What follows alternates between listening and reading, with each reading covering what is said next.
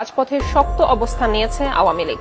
সকাল থেকে রামপুরা, বাড্ডা, ভাটারা সহ বিভিন্ন এলাকায় অবরোধের বিরুদ্ধে মিছিল করেছে আওয়ামী লীগ ও অঙ্গ সংগঠনের নেতারা।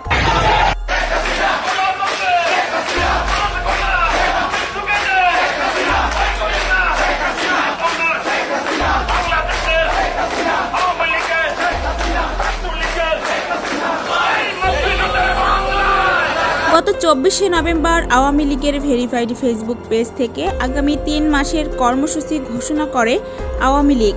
তারপর থেকে গুঞ্জন উঠেছিল আওয়ামী লীগের সর্বস্তরে জনগণের উপস্থিতি নিয়ে রাজপথে নামবে আওয়ামী লীগ।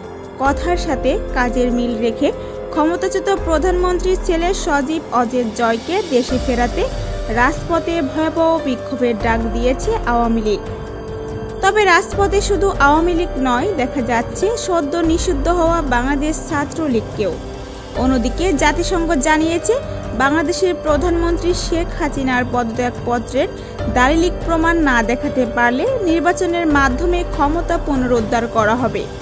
জাতিসংঘের এমন ঘোষণা এবং জয়ের দেশে ফেরা নিয়ে বিস্তারিত জানতে আমাদের সাথেই থাকুন।